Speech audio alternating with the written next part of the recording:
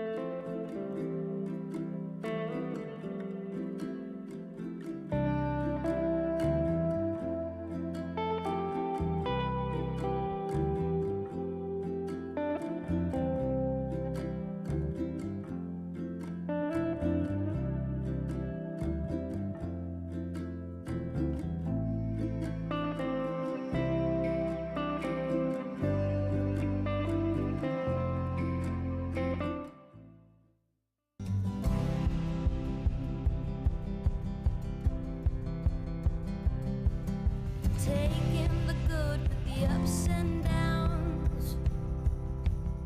I wanna see how the world turns round.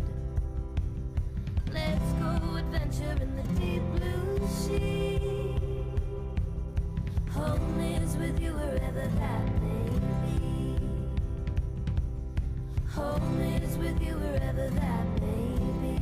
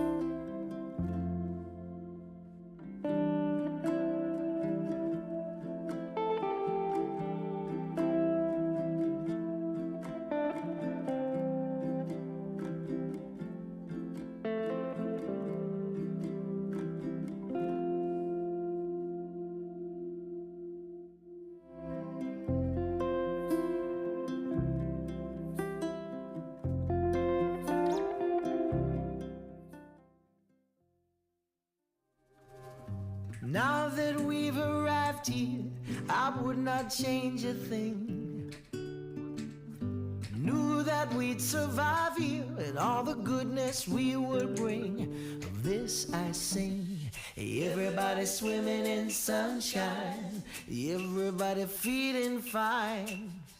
Everybody join the front line, ain't nobody left behind. Everybody swimming in sunshine, everybody feeling fine. Everybody join the front line, ain't nobody left behind. Everybody swimming.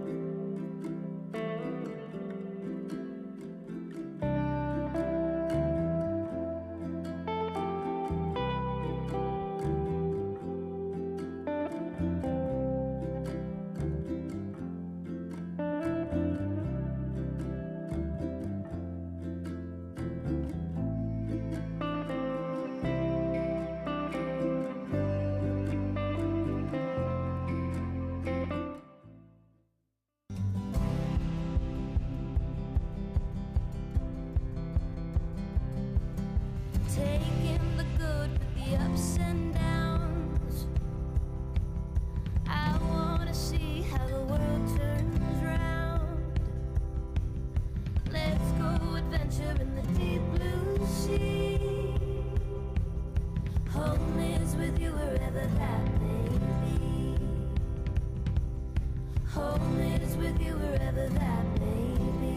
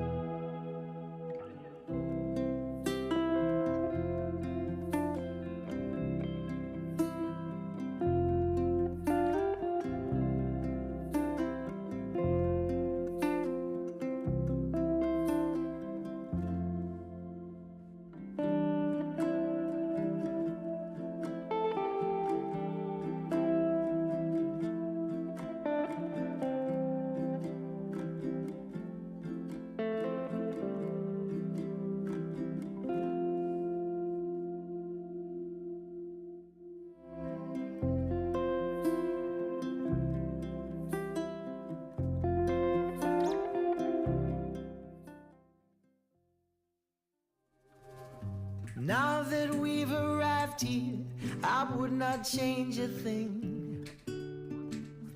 Knew that we'd survive here and all the goodness we would bring. Of this I sing. Everybody swimming in sunshine, everybody feeling fine. Everybody join the front line, ain't nobody left behind. Everybody swimming in sunshine, everybody feeling fine. Everybody join the front line, ain't nobody left behind. Everybody swimming.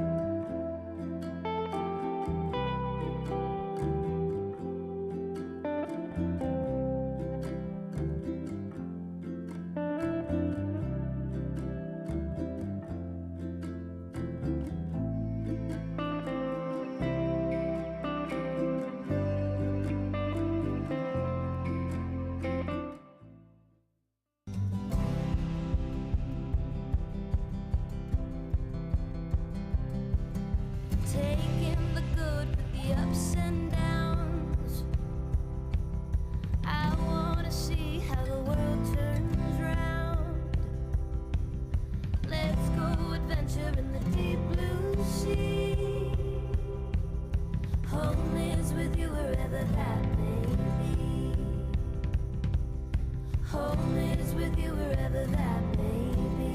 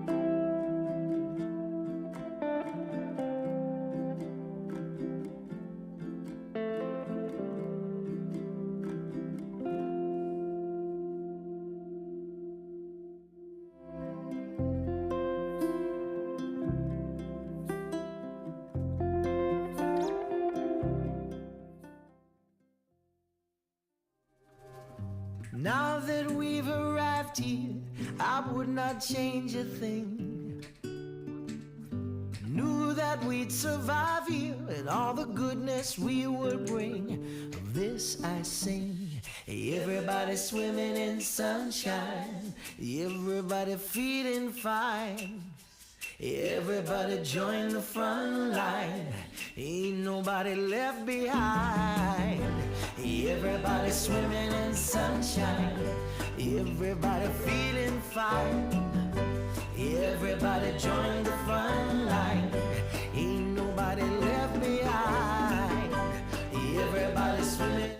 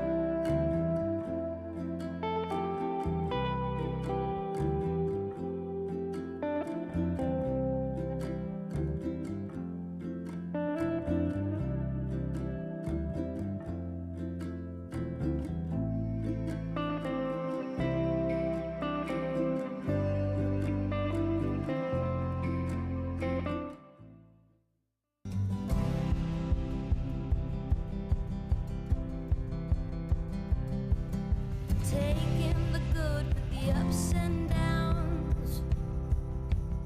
I wanna see how the world turns round. Let's go adventure in the deep blue sea. Home is with you wherever that may be. Home is with you wherever that may be.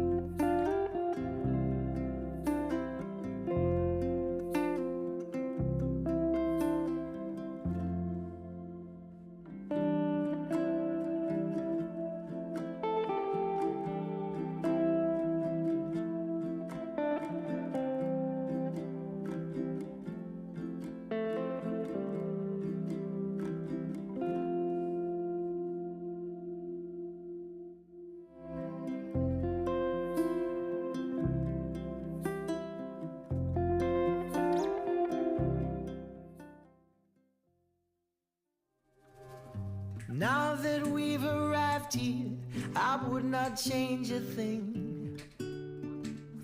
Knew that we'd survive here and all the goodness we would bring. Of this I sing. Everybody swimming in sunshine, everybody feeling fine.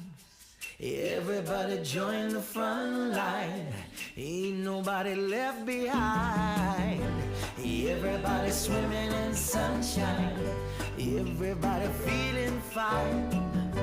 Everybody join the front line, ain't nobody left behind. Everybody swimming.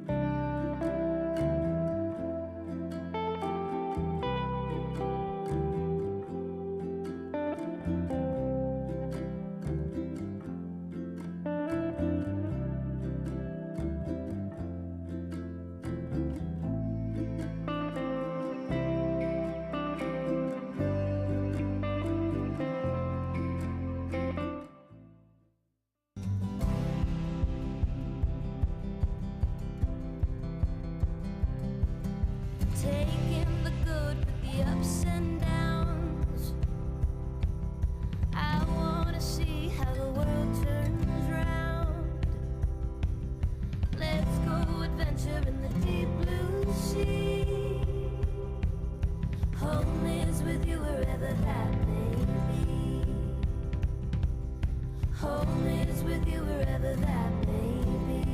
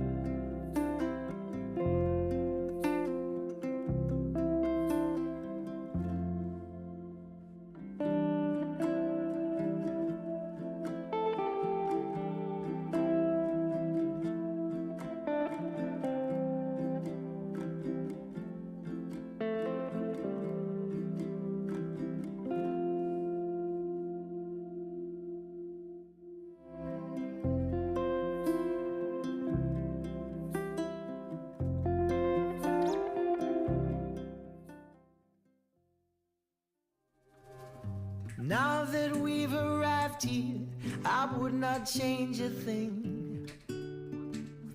Knew that we'd survive here and all the goodness we would bring. Of this I sing. Everybody swimming in sunshine. Everybody feeling fine. Everybody join the front line. Okay, good morning, councillors and council officers. Welcome to the Communities meeting for the 21st of March 2023. I'd like to open the meeting and firstly acknowledge acknowledgement to country. I'd like to begin with acknowledging the traditional custodians of the land in which we meet today, the Warrumbal people, and pay my respects to the elders past, present and emerging. I extend that respect to our neighbouring Aboriginal peoples within our local government area, the Gungaloo Nation people, the Barada, Kabalbara and Yetamarala people, and also acknowledge the Torres Strait Islanders peoples whose land is in the Torres Strait but who live and work in Aboriginals' lands. Councillors, we have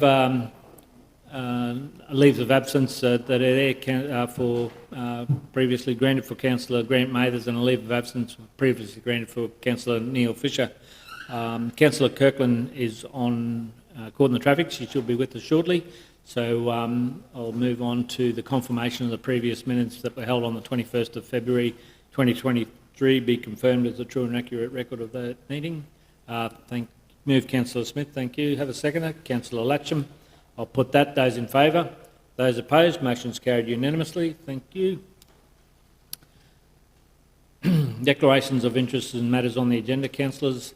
Councillors, if there's any, Councillor Smith. Yeah, look, I just haven't got the number of it, but it's the late agenda item for the sponsorship of the Mayor's Plate. I'd just like to put it to the table. It's regarding our sponsorship for that horse race. My nephew is a racehorse training hound. He got his licence about 3 to 4 months ago. I don't have any intimate knowledge of what horses he's training or when they're racing or anything else, and I probably only catch up to him a couple of times a year, so I just wanted to put it to the table.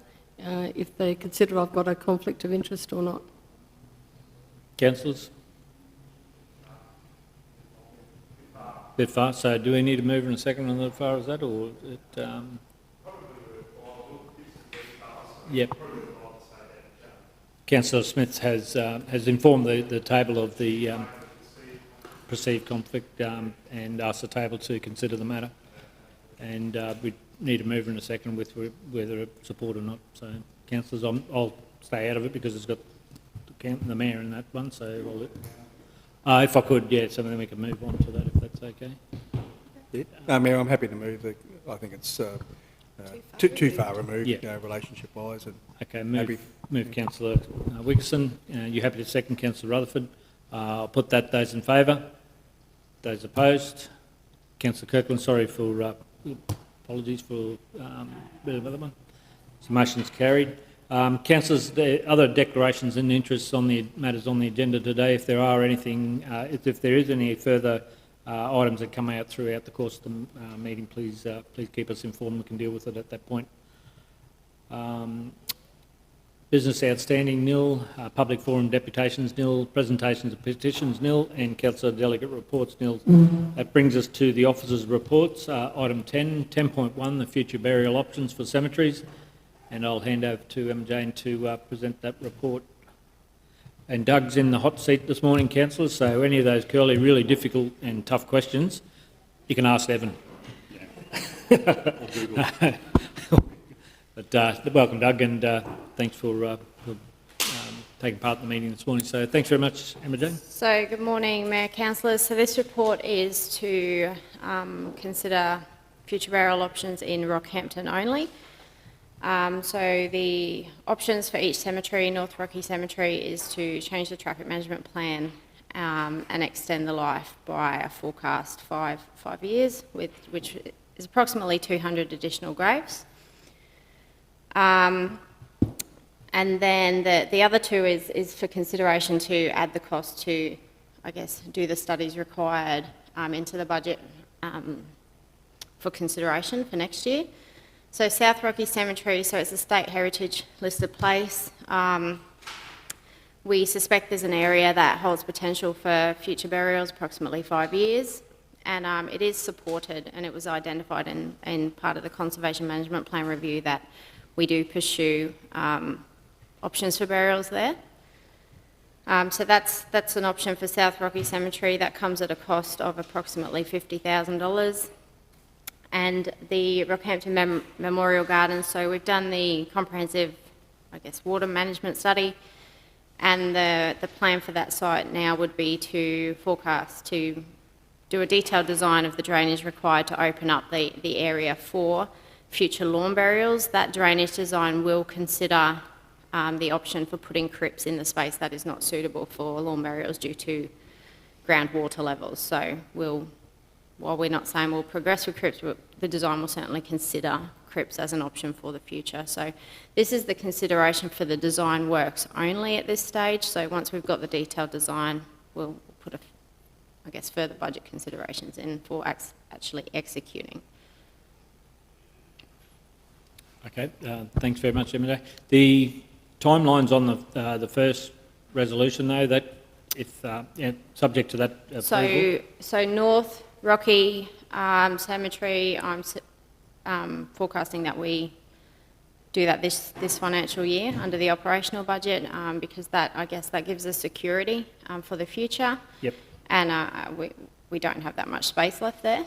South Rocky, we're suggesting we do the exploration plan next year, because I guess the risk is that we're going into areas unknown, so we're still going to GPR them, we're still going to test dig everything, and there's a lot of assumptions in our considerations. So we're proposing South Rocky, we do the exploration next year, and then we'll still have to come back and resolve whether we open or keep the cemetery closed, Yep. but that's just for the study. And then again, Mem Gardens, I would recommend that we do the design works over the next couple of years. And that's purely because that's our long-term option for Rocky. That's going to give 60 to 85 years, depending on where we progress. Yep. And at least having the design ready means we have an execution-ready plan should we need it, should any of these other two options not work out. Yep.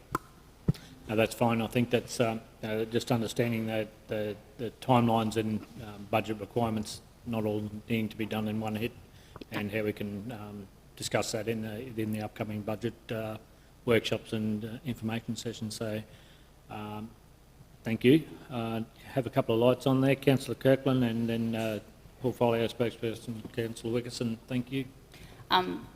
If Councillor No. Wilson wanted to, yep. Thanks, Mr. Mayor. So I just want to get my numbers right, if that's okay.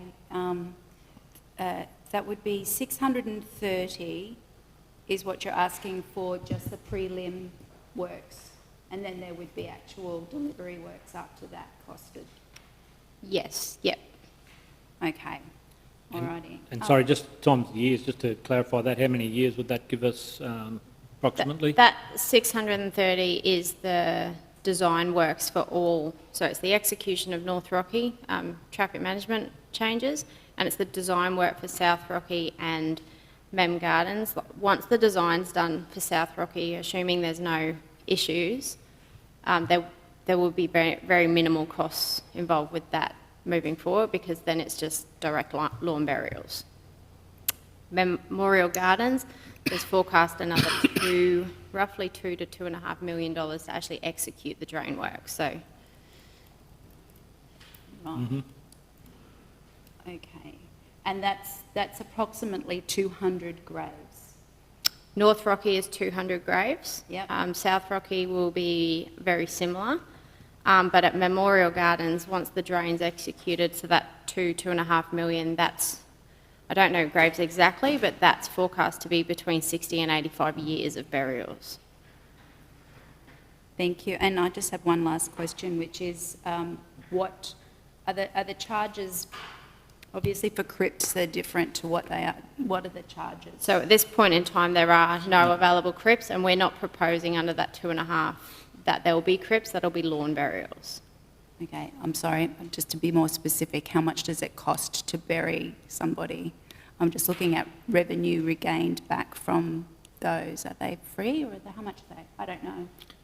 It depends. It depends on what kind of memorial you want on the site. It depends what kind of service that you have. So different levels, different costs. they have been reviewed as part of the fees and charges, though, that will come to Alright. council. Thank you. Councillor Wickerson and Councillor Smith. Yeah, thanks, Mr Mayor. I'm happy to support all these recommendations, particularly, even though it's a longer-term thing with the Rockhampton Memorial Gardens. I know it's one of our premier aesthetically pleasing cemeteries, and I know of people that are terribly disappointed that they can't get in there, you know, for their loved ones, whatever. So even though it's a longer term to get the drainage sorted and then actually be burying people there, it's good that it's in the pipeline, and even further down the track to revisit crypts if that's an option, you know, when we look at the numbers for that, but with maybe revised costings of it, but that's way down the track.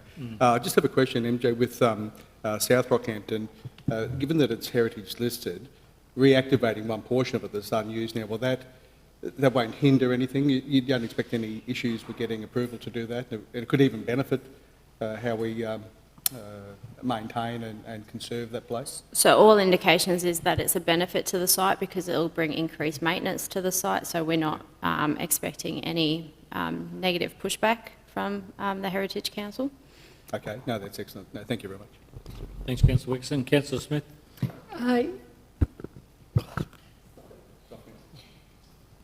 Yes, thanks, Mr Mayor. Yeah, I just thought it was a good report, and I know we've talked about it all previously, but I just want one question with the North Rockies traffic management plan, closing those roads, so that will allow graves to be put along there, presumably just on the concrete strip like Gracemere Lawn Cemetery, for instance. Is that how it's going to be? Because otherwise individual ones would take up more room. Yeah, so it'll be along, they'll join in with the existing rows that are there on that road.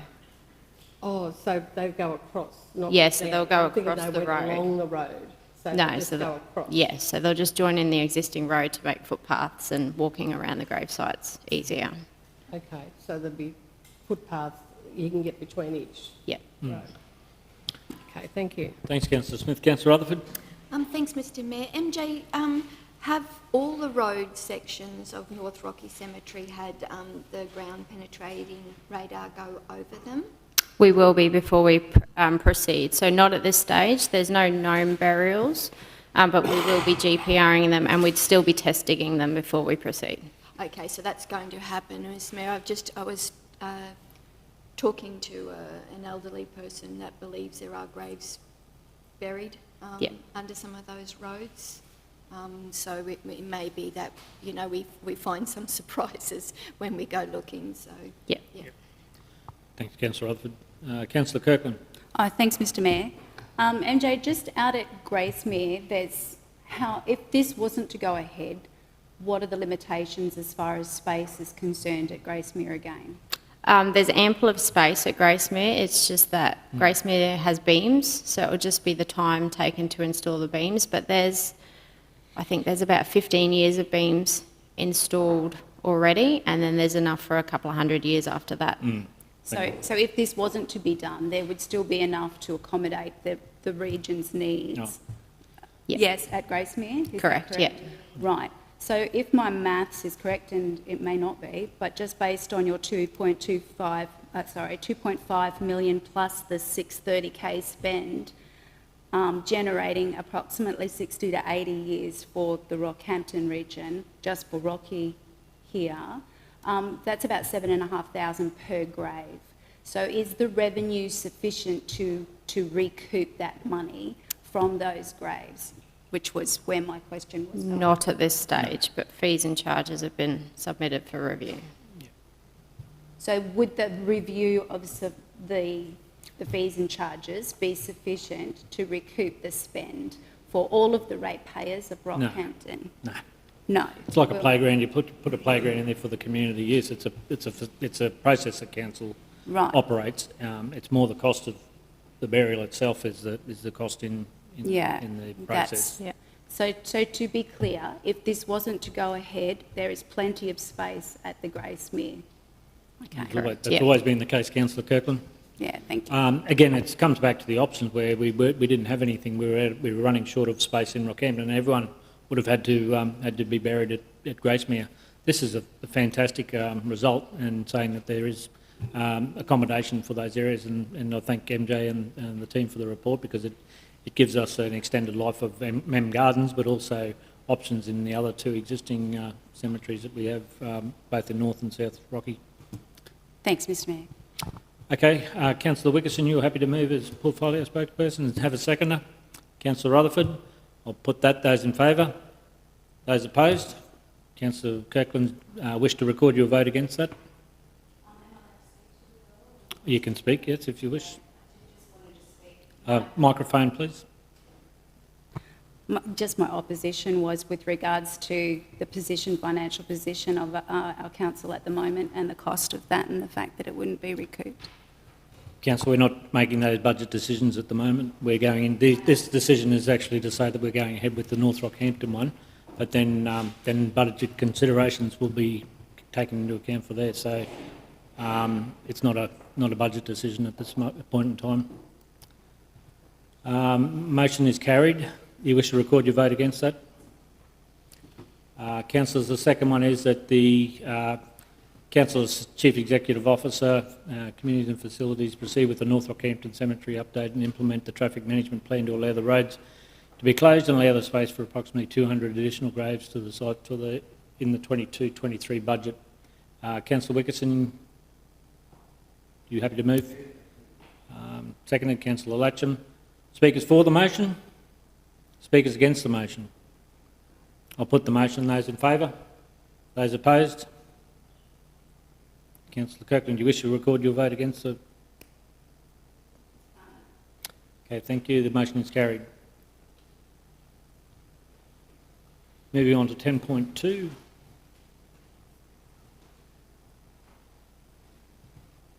Cascade Gardens Park Planning.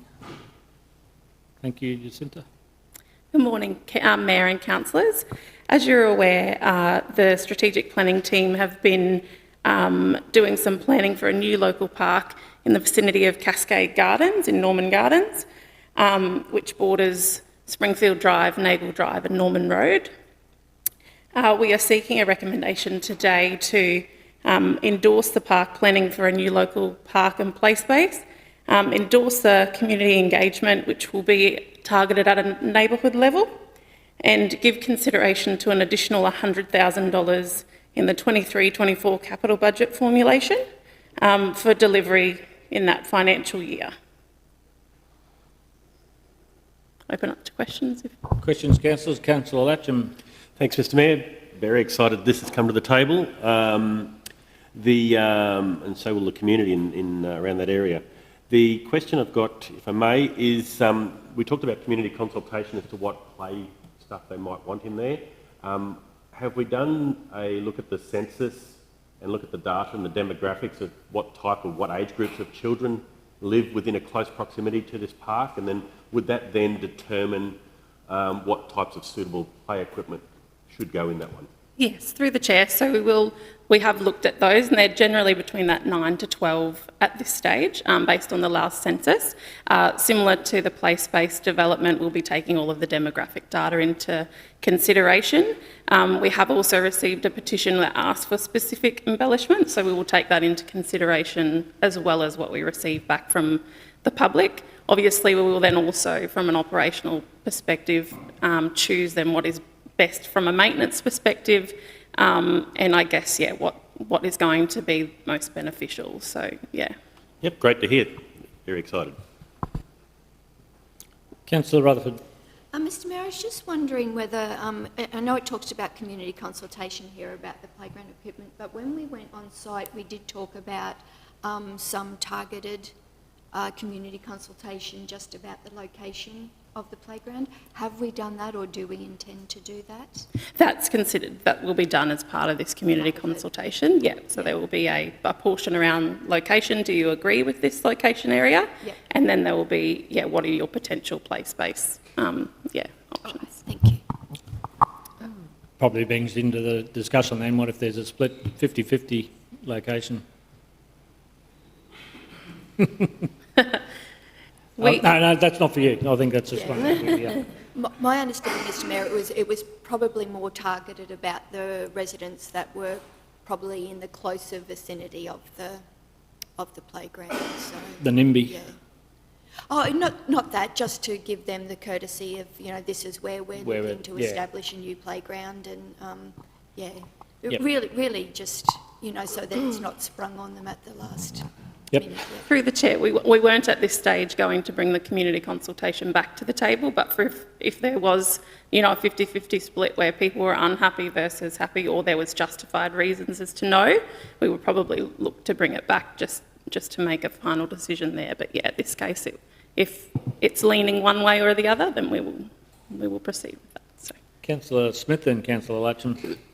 Yeah, just, Mr Mayor, when I read it, and I sort of read it half again, it doesn't actually say we're putting play equipment in there. It says active sports play space. But the budget doesn't look like we're putting any play equipment in there. Is that right? Or what? Through the chair, the top dot point there says sandpit with various activity components. So that's the talking to the play space type embellishments. Okay, so what? That's all costed in the final. So Yes. we've got 150,000, and the total project cost is estimated 250. Is that right? That's right, yeah. Okay. There's the existing 150 already allocated, and they're saying further 100,000 consideration when we go into the budget workshops to make it a $250,000.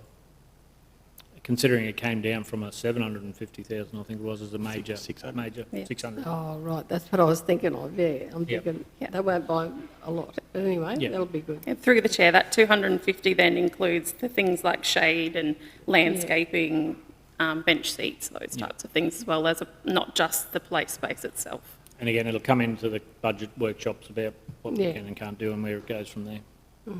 Okay, Thanks, thank you. Councillor Smith. Councillor Latcham, then back to Councillor Rutherford. Thanks, Mr Mayor. Yeah, probably, I know part of that petition was for a basketball court, and that's probably the only issue I think we've got to probably look at, is what the community thinks about the bouncing balls, the noise effect on that. Yes, Springfield Drive is a very busy road, or an access road, but yeah, the bouncing of basketballs, I'm not sure the community would want to go for that way, but we'll see what comes up from it. That's right. Yeah, Thank you. good to ask a question while you're there. Councillor Rutherford. Mr Mayor, I was just going to, I guess, remind the table that we talk about play spaces now rather than playgrounds, because it gives us a broader option of the equipment, and whether it's a half court or whether it's, you know, new Ninja Warrior facilities, or, you know, or the traditional playground. So it broadens what we can consider for those areas. Thanks, Councillor Rutherford. Councillor Latcham, you happy to move? Councillor Rutherford, second. Put that. Those in favour? Those opposed? Motion's carried unanimously. Thank you. Thank you. We'll move on to item 10.3, the Colts Rugby Club Trustee Lease Area Extension. Thank you, Mr Mayor. Through the chair, good morning, Council. Happy Tuesday. So today's report, well, first off, in my space, is looking at Colts Rugby Union Club down at Tom Nutley Field. So today's report really encompasses purely an extension to their current lease footprint to support their development opportunities and a recent funding grant that they were successful in securing, the gambling grant, and I think it was to the value of about $100,000. So with that, obviously in the face of a lot of shortfalls in the region with our change room capacities, our sporting facilities, they are proposing to develop and establish stage one of that, which is 2 female compliant change rooms adjacent to the existing building.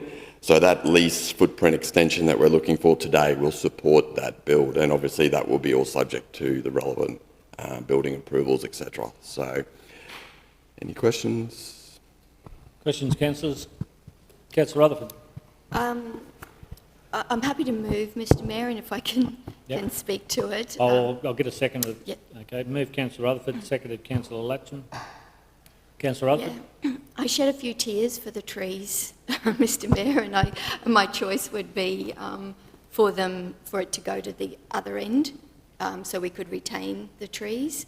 I have spoken to Justin, and there are some issues as far as where the pipes and the plumbing and everything goes, and the goal to extend even further. So I think as much as I would love for those trees to stay, the practicality of it is, whether it's this extension or a new one or another one down the track, you know, they may have to go. But I think it's something we need to look at in another time about the value, the dollar value we put on lovely mature trees.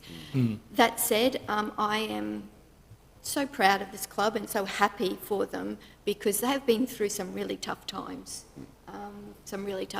And for them to have picked themselves up and continually to invest into this facility and you know, basically be self-sufficient. Of course, thank you to our officers for always being there to help, but as far as clubs goes and facilities goes, you know, they have done a really good job of finding funds to be able to continue to build on what they have. And, you know, we know the growth of women's sport through the football codes and, you know, this accommodates that growth. And so I would be very happy to move this and seek council support. Okay, so that's a speaker for it. Take that as we have a mover in a second. Do we have anyone speaking against it? Any questions to Justin? Thanks. Question, Councillor Kirk? Yes, I did have a question. Thanks, Mr Mayor. I just wanted to ask, you know, the road coming into Colts from Knight Street there? Yes. That road there is always considerably degraded. Whose responsibility is that as far as, is that council's responsibility? Okay. Yeah, through the chair, councillor, certainly that's obviously the reserve land. The club themselves don't have any responsibility over the access into that particular parkland. It's something that we're working with other units at times in which it gets to that point. We go in there and do what we can to try and make it safe and accessible continually. So it is a bit of a constraint given the structure of it, certainly. Yeah, great. Thanks. Councillor Wickerson. Thanks, Mr Mayor. Through you to Justin. Justin, is there any opportunity to maybe relocate the trees, following on from Councillor Rutherford's questions? Are there, I know we don't have to give, but are there consultants in town that have these tree spades or something to relocate them, or that's not viable? Through the chair, councillor, look, it's a great question. I think, and to furthermore, obviously what Councillor Rutherford has mentioned there, we went out there with, so officers went out there with our arborist coordinator. That was probably one of the first questions that I put to the business around, look, it's a great initiative, it's a great opportunity. What are our contingencies? Because obviously our first preference isn't to remove trees. The coordinator actually looked at them, assessed them. They're obviously healthy, they're mature. They were probably planted around the same time with the original structure.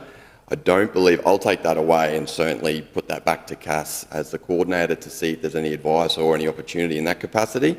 But her feedback at the time was she was supportive of their removal given the immense value that this proposal was to present to the facility, and then work with the club on a planting program in a suitable location with some suitable species. So, but to that narrative in terms of relocating the physical trees, I'll take that back to Cass and find out. Certainly. Thank you. Thanks very much, Councillor Wickerson.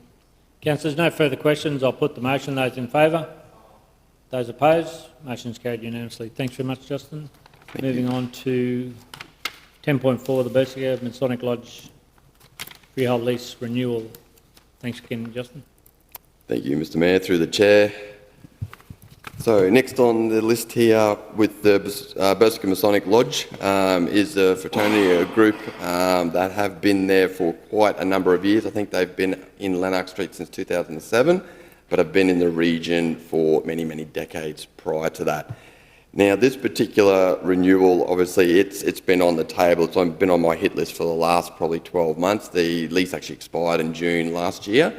And we've been working with facilities, with the club themselves to find out, I guess, what the next steps are, because what triggered things were their proposal to actually do improvements to the facility. Now, in this report, we're not looking at their proposal. We're looking at purely renewal of the existing freehold lease in its current capacity, noting that obviously council do own this particular asset. It is our asset to maintain and manage, and in the budget implications, we have referred to, I guess, what that means for us if we proceed down this process of renewal. Now, before we go into that, I guess from an officer's perspective, we've worked with the club directly on what other opportunities we might have a look at their structure and what might be beneficial to them. And I've even broached the prospects of potentially seeing their interest if they would like to one day own the building, take on that asset as their own in the organisation. Look, at this point, they've declined that offer to take that on, and they've strongly requested that they get to continue their lease in the current capacity in that building.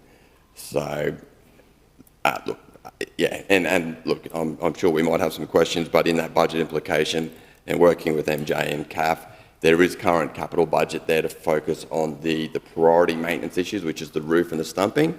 And look, at this point, the building through assessment, it's certainly in a condition that can be salvaged, that it's got value and it can be sustainable for the club, but it is going to need that capital investment to bring it up to standard.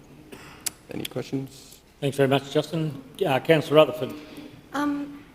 Mr Mayor, I'm just wondering, through to Justin, would it be possible just to do a 1-year lease at this point to allow Mr Mayor to give us time to maybe consider all our buildings and what our futures are for our buildings? You know, when we're looking to spend, you know, 100 and, you know, whether it's 100,000, 150, whatever we're choosing to spend on buildings to bring them back up to standard, when the rent is nothing or the lease fees are nothing in comparison to pay for that. You know, what are our options? Do we start to look at organisations and say, listen, do you want to take this over as ownership? Do you want to have a peppercorn lease, but you look after maintenance? You know, there are a number of options, and I think we have to start considering some of those options, given that our budget is tightening and tightening. And to give a 6-year lease at this point, I think locks us in, you know, where we can't have that discussion. So I'm just wondering whether, just for now, a 12-month lease until we can maybe work through that. Mr Mayor, I notice the CEO moving over there is... Are you uncomfortable with that? No, I think that discussion needs to happen because Yeah. I think the best option sometimes is the clubs actually have the buildings themselves. I'm just going to probably ask the officers, if I could, through the chair, is it possible to have that clause within the lease arrangements where we can come back and change that arrangement? So you could actually give them that a longer period, but during that period we can actually review it and come back and say, well, we want to do something bit differently about that ownership of the building, so they got a bit of security. Yeah, through. I suppose we used to have 3-year. We used to have 3-year things, so maybe that's a more fair time frame. I'm not sure. Yeah, and through the chair, Councillor Rutherford, Evan, certainly we have in the past done a year-to-year type of agreement where we still resolve to provide 3 or 6 years in terms of a lease period, but council reserves the right to review on an annual basis. So I can take that back and talk to our property insurance team as to how that lease would be structured again. Similar to some of the other clubs in Church Park, we've been doing a year-to-year based on, you know, waiting on their feedback that each year they want to look at whether they want to continue each year. So rather than coming back every 12 months and renewing for another 12 months, we might be able to do a 3-by-1 type of approval. To say that, yep, we'll renew it for up to 3 years with a review every 12 months with that tenure expiring to be renewed. Certainly can do that. So do we need to change the recommendation here, or did you want to leave this one on the table and then go? Yes, I can. I mean, I guess, sorry, through the chair, Mr. I don't Mayor. like leaving things on the table, but if it's not a position that we haven't got... Yeah, we certainly can do it, is that we could actually change the resolution today. What I would probably suggest, if we do leave it on the table, I would like the opportunity to go back and talk to the club. Yeah. I know that I'd probably need to talk this through with them, give them some context, because they are obviously very passionate about that security in their lease. So Yeah. this might be a bit of a discussion I can take with them, give them a bit of context, and I guess where council's concerns are, and then I can come back with an amendment. Yeah, on that. I don't like leaving things on the table, but I'm conscious of the club in that discussion, so I don't think there's any urgency around this, and the reason for that is to leave the matter lay on the table, to have a talk to the club and then come back with a position from there, but understanding council's concerns going forward when those discussions occur. And Mr Mayor, can I just finish that too? And I think we need to give a very clear message to the club that we have no issue with them being there and using it. It's not about that at all. It's really about, you know, where we how we move forward with some of these buildings. Yes, Yeah. and not this club, but the other Masonic club that moved from William Street out to the TPI, the old TPI building, sorry, the Melbourne work that, Street. yeah, the work Yes. that was undertaken in that building to refurbish it through community sponsorship and support. I'm sure that these groups can garnish that support to look at those projects as well. So that's a great example of giving a club opportunity time to work through their issues. So I've got a couple other lights on there, so I'll go to further questions and we'll go on from there. Councillor Smith and then Councillor Wickerson. Councillor Smith. Yeah, just, thanks, Mr Mayor. Justin, obviously these people would have public liability insurance from the head office, but insurance on the actual building, do they pay that or that's our expense? Through the chair, councillor, that's certainly us. So as the owner of the asset and the responsible party for maintenance, anything adverse or hail damage or anything like that, that goes through council's insurance processes. And typically speaking, it's got to be obviously quite a significant physical asset damage for us to go down that path. So operationally, we would absorb a lot of the day-to-day maintenance and issues with that building. Certainly it is us. And could I just make a comment, Mr Mayor, just coming on from what Councillor Rutherford said about encouraging clubs to take over buildings. They don't want them because it's too expensive. They can't run enough chook raffles to pay the bills. You're going to look at PCYC stated that they don't want any more bricks and mortar. Oh, sorry. Clubs like, CWA, for instance, have walked away from buildings, they've sold them because the lady said, we're just raising money to pay the building. We can't do it anymore. And, That's the frank that's the discussion. problem They're we've the got. discussions that need to occur, Councillor Smith, and I think that's one for the club to work with council on and as where we go. There are examples of where they can get that corporate sponsorship and support from the community as well to refurbish those buildings. It doesn't necessarily need to be through chook raffles, but there are other options that can be possible. Just need to work in that space as well. But you're right, it's a difficult position when membership is waning with those older organisations. They don't have the younger generations moving into that space. Councillor Wickerson. Thanks, Mr Mayor. Through you, first of all, Justin, appreciate all your work with this and also the liaison backwards and forwards with the group. I know there's been lots of conversations on there, but so great work with that.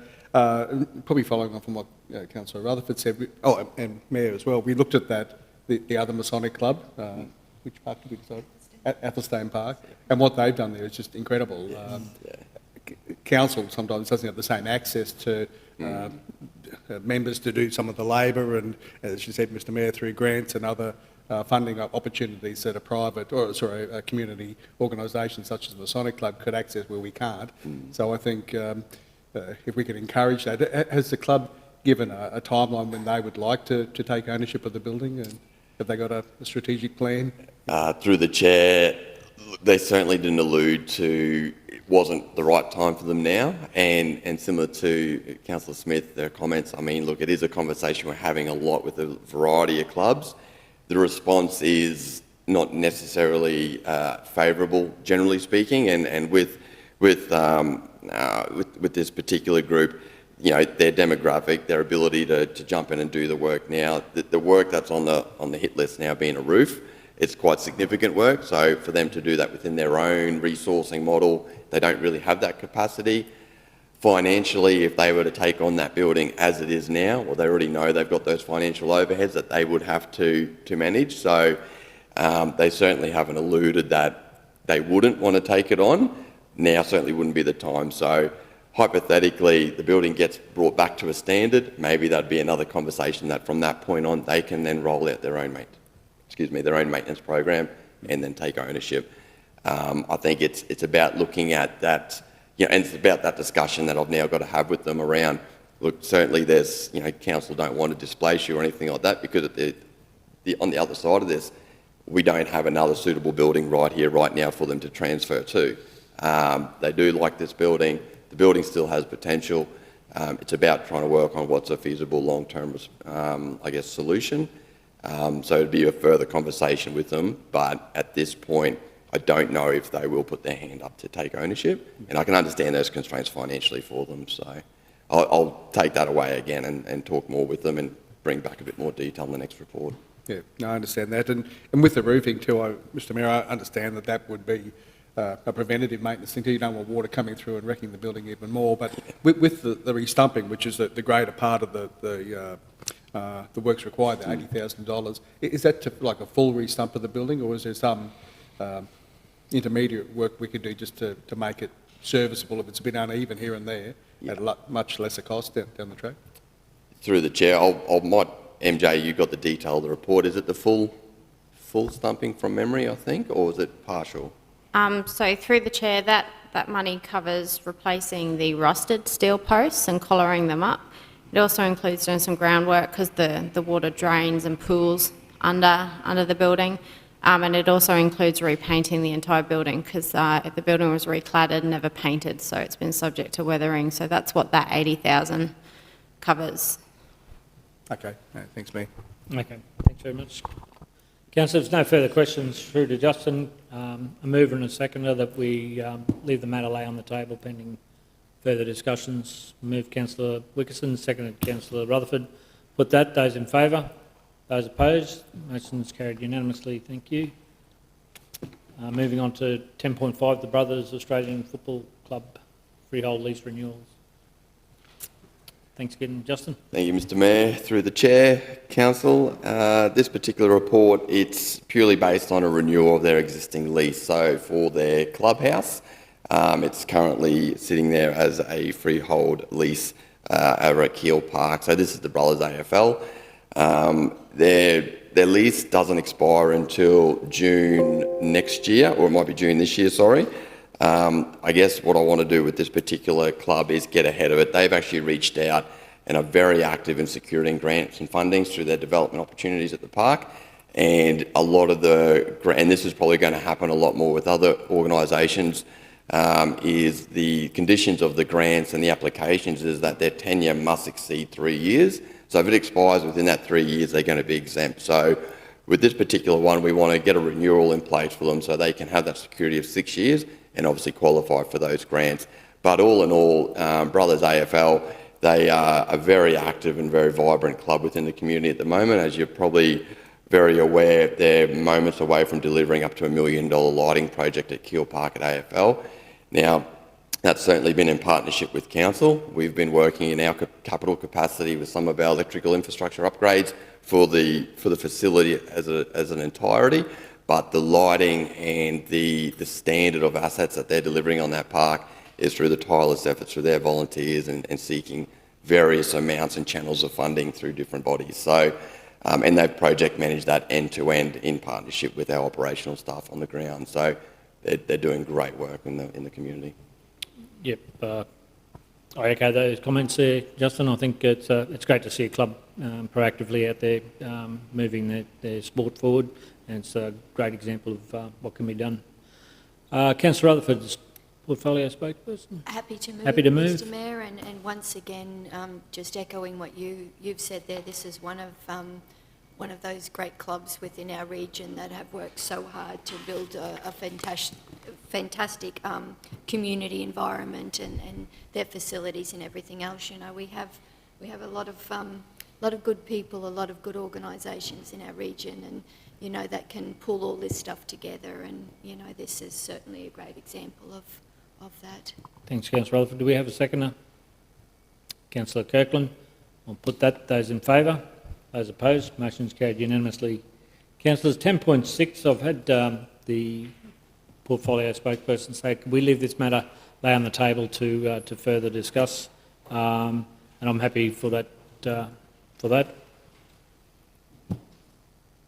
Unless anyone's got any opposition to that. I'll move that, Mr Mayor. Evan, sorry? Yeah. So you're happy to move, Councillor Smith, seconded Councillor Wickerson, that the matter lay on the table for further discussion in a briefing session. I'll put that. Those in favour? Those opposed? Motion's carried unanimously. Sorry about that, but Move on to item 10.7, the local laws update systematic inspection program. So if we can hand over to... Good morning, councillors. Thank you. Obviously, just providing a bit of an update of what local laws have been doing recently, including, I guess, coming back for the systematic inspection program. So the inspection program was taken the end of last year between October and December. As part of it, 3,400-ish properties were due to be inspected in total over that 12-week time period. We inspected or contacted 1,800 property owners or dog owners, with about 890 renewing their registration, as well as, I guess, a large amount, I would call it, 260 or 280 dogs being relocated or identified as no longer in the community. Does anyone any questions about the systematic inspection program first before we... I'm full supporter of the program. I think it's, again, helping, the animal management controls across the region and people just making sure they're compliant with that. And, responsible pet ownership is the mantra that we've been pushing for many years. And just to make sure that people are, taking that responsibility seriously and not, it is a huge commitment to own a pet and making sure that you do the right thing, and part of that is making sure that you follow the rules and the guidelines, and part of that program is making sure that that's occurring. Councillor Smith. Yeah, Mr Mayor, I think I took over the problem from you. And now it's Councillor Mather's problem. I'm just concerned at the amount of people that just didn't re-register because they just, didn't think it was important. I know there's a lot of people out there with three dogs that have got nothing registered, because I get, people say all the time their neighbour's got 3 dogs and they're sure they're not registered. But the amount of people, 1,146 dog owners advised that registration was due or being provided a verbal direction to pay the registration, that's really concerning. And I don't know whether the message isn't getting out there. I know people living out of town think that they can just do what they like and have as many dogs as they like, and they know that we don't inspect rural areas. I think that is a problem. The only people exempt should be people with a property that's, an actual primary production property, are the only ones that are supposed to be exempt. People move out of town and just take all their machinery and dogs and whatever. It seems to be happening more and more. But my question is probably, and it does state that Gracemere and Mount Morgan, people are more likely to own dogs, and we sort of know that, or guessed that before, but we don't seem to, and I know there's never enough money in local laws, I know that, but we don't seem to have any inspections anymore. We haven't had any for a while, and I just wondered, is there any planned at all? Sorry. I know it does tie your offices up.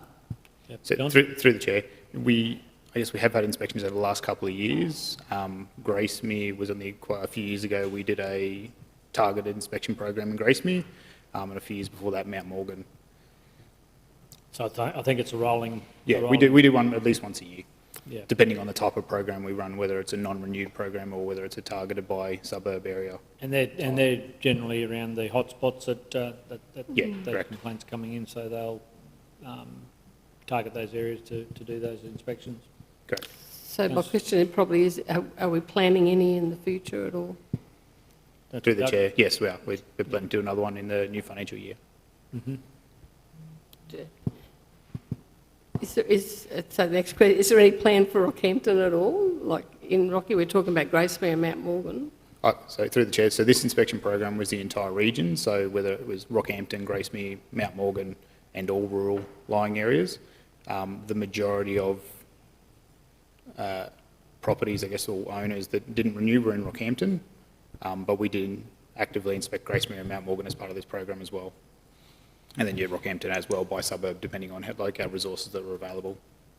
Yeah, thanks, John. I know your team does an absolutely wonderful job, and I know under very trying circumstances sometimes. But my worry always is, and even on the news yesterday, I think it was, the RSPCA is calling for people to foster animals before they can be rehomed because there's just so many dogs abandoned. And I know we do try to, like we're part of Operation Wanted, where they get 10%, but even 10% off, desexing a male dog is still $400, and people just can't afford it. And, you know, I'm just wondering, is there ways we can look at assisting people, not just, you know, low-income earners, but them especially, to desex their animals so that we don't have this, you know, all these dogs that are unwanted. Through the chair, I guess we've been working with some agencies, some rescue agencies and other people in Rockhampton to try and identify the best way to, I guess, provide that service. I guess we're looking at the cost benefit as to how much it costs to desex a dog and how many undesexed dogs are in Rockhampton. I guess to weigh up what the cost is to council and what council's willing to. If you want to subsidise the cost, it comes back to the rest of the ratepayers to fund that, councillor. That's the question. That's the question you're asking, and that's a budget one. And where do we go from there? So, I mean, we're coming up to the budget workshops. If that's the area you want to focus on, then the table needs to make that decision. Whether we spread ourselves further with more services or we focus on the areas that we want to focus on and put more resources into it, that's a decision for the table to take.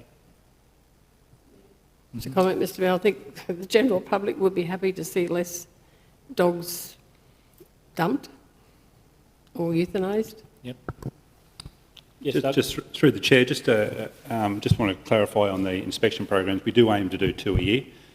This one was on the non-renewals, but there is also an aim to target a certain area within the region. Admittedly, that is something that's probably dropped off in the last 12 months just through resourcing. John's team works really closely with the rescue agencies, and it is very rare for dogs not to be rescued from that. Handed into the AMC. If it's a suitable dog for rehoming, the vast majority of dogs that come in do get rehomed, and they are desexed before they go out, as well. The rescue agencies assist with that desexing. We're the same. We don't want dogs in the AMC, and we want to get people compliant with the dogs, or at least the dogs controlled on their property, so we don't have those wandering dogs and the issues that occur with that. Thanks very much. Right. So I'll keep moving forward. So obviously in there as well is the animal management strategy that was adopted by Council in 2020 for 2020-2023. Provided there was, I guess, a bit of an update on what we're doing this year or have done this year to meet the obligations or the key issues that have been identified. A lot of them, I guess a lot this year was about education. We commenced the Part of the Pack program the Pets in the Park program to try and identify and get people using the off-leash areas, walking tracks, but as well as that, using it to educate people on what their requirements are for pet ownership, as well as just in general walking dogs, making they're on leash, making sure they're picking up the excrement and those kind of things. Yeah, effective control, it's a difficult one. We're out there patrolling the majority of the times, but the guys, the officers are very conscious of their key requirements. So if they're for a dog attack, we are there within our specific time frames, making sure we're calling customers for those kind of major incidents. Are there any questions in relation to the animal management strategy? Obviously, it's up for review this year, so we'll be going through that process public with all that with you guys as well. Mm. Yep, thanks, Councillor. Councillor Rutherford, question? Not a question, Mr Mayor, just a thank you for the report. I found it a really good report to have, so thank you very much for the effort that went into that. But of course, thank you for all the effort that went in externally to make that report happen too. Thank you.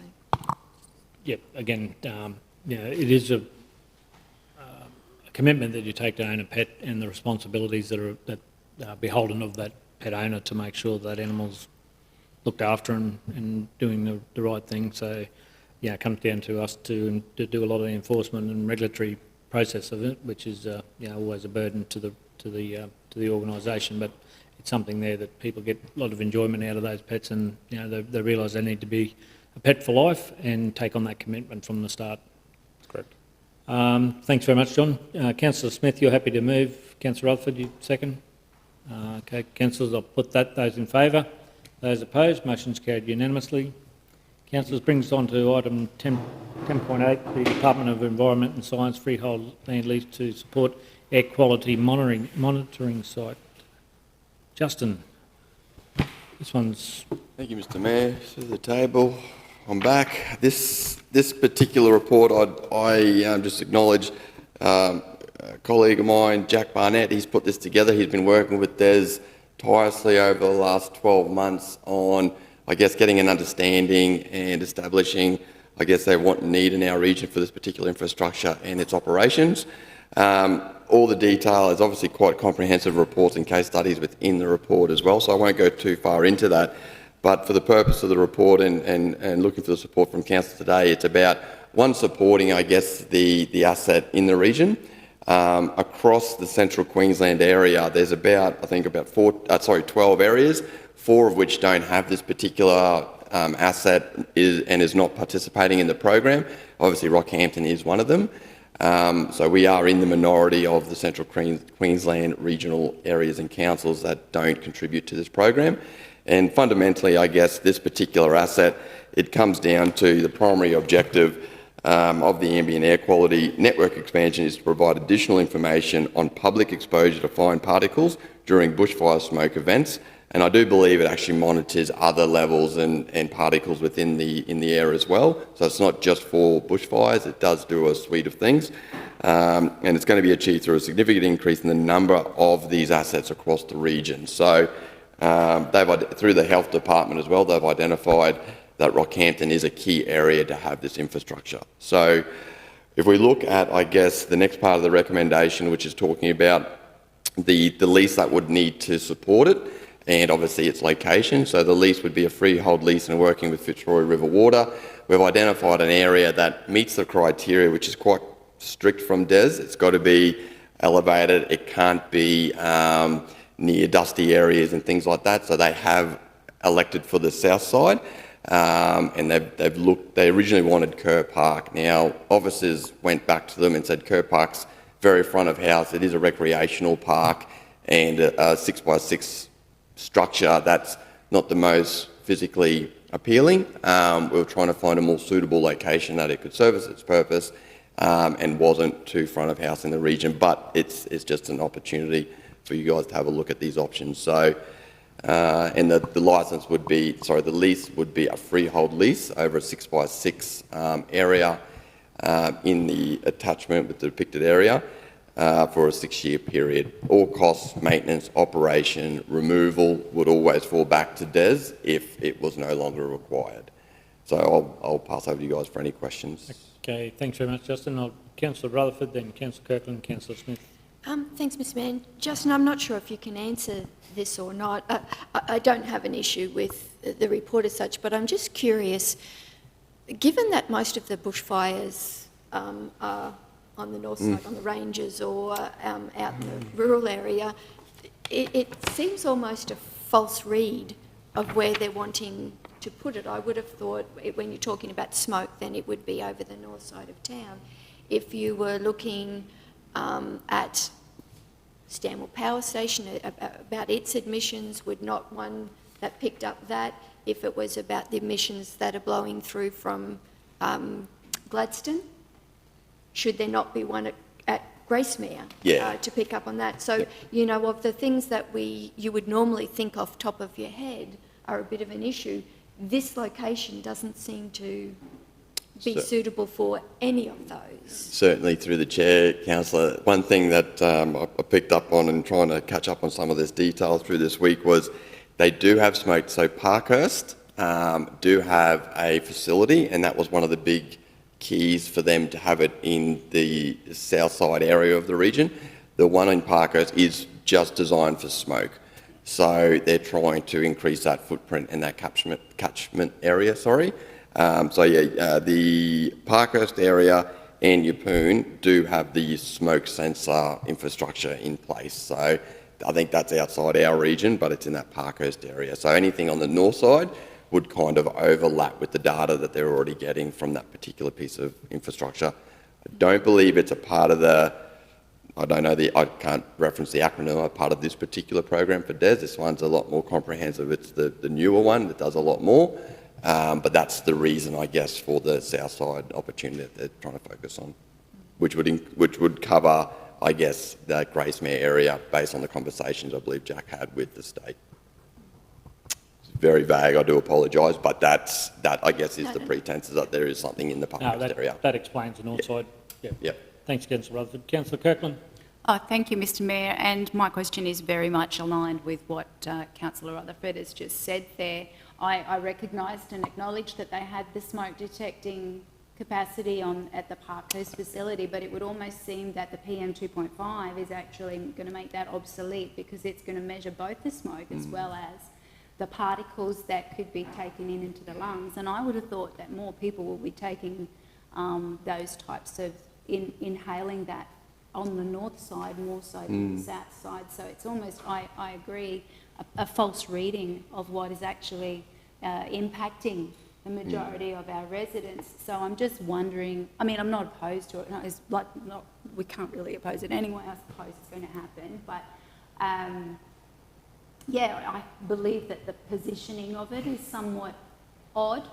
And if they're truly looking for a reading of the PM 2.5, which is those particles that can be inhaled into the lungs, I would have just thought that there are other areas that would have been more suitable for this particular, and the fact that it's right across from, there's residents up there that might not quite approve of the structure and Councillors, you can vote against it, you don't have to. I would have accept thought it. that it was just going to happen anyway, Mr No, you can Mayor. vote, that's why it's coming to the council table, there's a recommendation you can vote against. If you want to put a resolution to oppose it, you're more than welcome, councillor. I suppose my question then would be, are you looking at other areas? So through the chair, Councillor Kirkland. Will this, voting for this, change that? Look, it's certainly a conversation. If the table is preference to go back and look at other options, we can certainly do that. We have spent, so Des had staff, their officers on the ground here probably about 4 months ago to go through and scout some potential areas. So they have, I guess, put a lot of attention to where their preference is, and maybe look from an officer, maybe there's probably more context that we could extract out of them as to the why, to kind of answer those questions with a little bit more detail. So I'm happy to take that back and ask the question. When they came to town, obviously it's got to be out of flood-prone area. Talking with Angus in our strategic planning space, we went back to them to go, what about the top of your state-owned buildings? You know, like, an asset like this. And obviously the cost and the practicality of that wasn't there. So we have done a little bit of toing and froing with Des on where and why.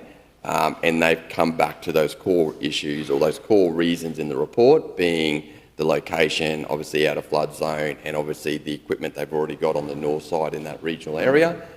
It'll overlap, and that's really what they've kept on pushing back to us with. So, and look, from an office perspective, actually, trying to forecast, I guess, some of the concerns we might have as a council, things like the places like Kerr Park.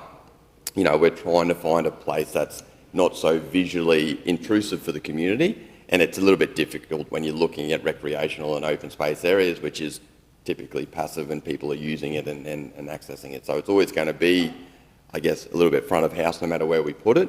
But look, we can go back to them certainly and ask the question. However, this has definitely been a preference for them to be south side and elevated out of flood area naturally.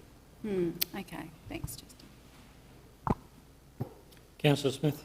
Yeah, thanks, Mr Mayor. And I know, Justin, you probably might be able to answer this. It's probably in relation to what you just said before.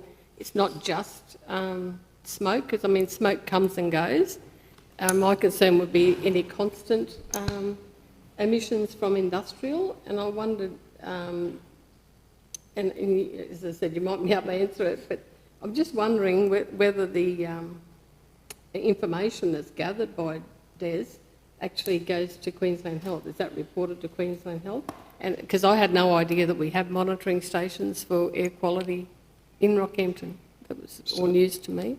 Yeah. So, and I'm just wondering, it's all right to get the data, but I'm wondering what they do with it. Certainly, through the chair, my understanding it certainly does. Queensland Health are a partner in the PM2 program, so they are certainly receiving this information. This information is available even to councils that have the asset in the region through a dashboard online. In the actual report, whilst we don't have, officers don't have all the answers or details, but working with our sustainability team, we want to look at writing some conditions into that list to make sure that we can get good access and information from the data that comes from this asset. Don't know what those opportunities might be, but if we are working directly with them and setting that expectation up front, we might be able to certainly contribute to some of our programs or future programs by utilising this information. So, and looking through the information, the case studies, Queensland Health basically partnered with them to identify where they need to be. So it would certainly be an assumption. I don't have it.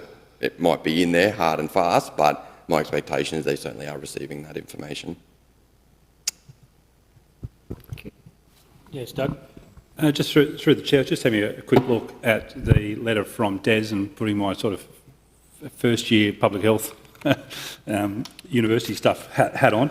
It looks like what they're doing too is trying to get a picture so they can do some modelling around smoke hazards. So yeah, they're after particulates, but they're also after some gases and other things too. But if they could have a statewide monitoring program, they could predict in the future where if a bushfires occur, do some modelling where the smoke would track, through the state, through Rockhampton. So it's not just for measuring particulates, it's for gases and doing some modelling as well. And some of those bushfires, when they're doing those controlled burns across the state, smoke comes from other locations, not just within our local government boundaries. So,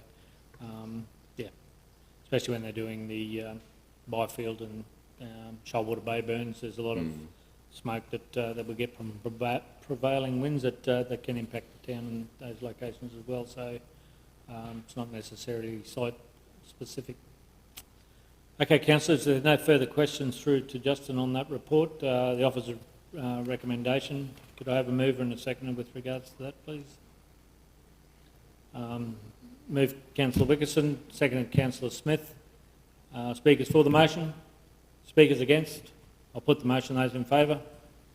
Motion's carried unanimously. Thank you. Thanks, Councillor. Thanks, Justin. So that, councillors, brings us to an item there that I'll bring up in urgent business. Councillors, and that we've had a request for sponsorship received for the Mayor's Cup during the Capricornia yearling sales. Council, I'm not sure why it's come to this late stage, but it's a matter of urgency that this one comes through. So it's been put forward that sponsorship continue to the contribution to the Rocky Jockey Club Incorporated to assist with the running of the Mayor's Cup for the yearling sales Carnival 2023. Councillors, could I seek a mover and a seconder with regards to that? Move Councillor Wickerson, seconded Councillor Latcham. Speakers for? Speakers against, sorry? Just a question, Mr Mayor. So, Councillor Smith? Councillor Rutherford, sorry? Yeah, so this one doesn't go through our matrix process at all, it's just... It was in the Mayor's budget previously, and it's been something that's been allocated from many years ago, so I think it's one that just continues to carry over. So yeah. I'm not sure why it's a separate one, but it's always been out of the Mayor, because it's Mayor's named after the Mayor. Yeah. The race, it's been in the allocation of a certain budget consideration that's in that area. So this is in the budget already. Yeah, I guess I was curious as to why it would come to the table if I think it's just a matter out of your budget. I think it's a matter of process, Council, because it's over that amount that it needs to come to the Council for consideration. So I'm not sure how we take it further from that, but it's something we can talk about in the budget deliberations for this upcoming budget going forward. Have a mover and a second. If there's no further questions, I'll put that. Those in favour? Those opposed? Motion's carried unanimously. Councillors, that brings us to the end of our agenda items. So if there be no further discussion, I'll close the meeting. Thank everyone for your attendance, and we'll take a recess and then come back to do some the other workshop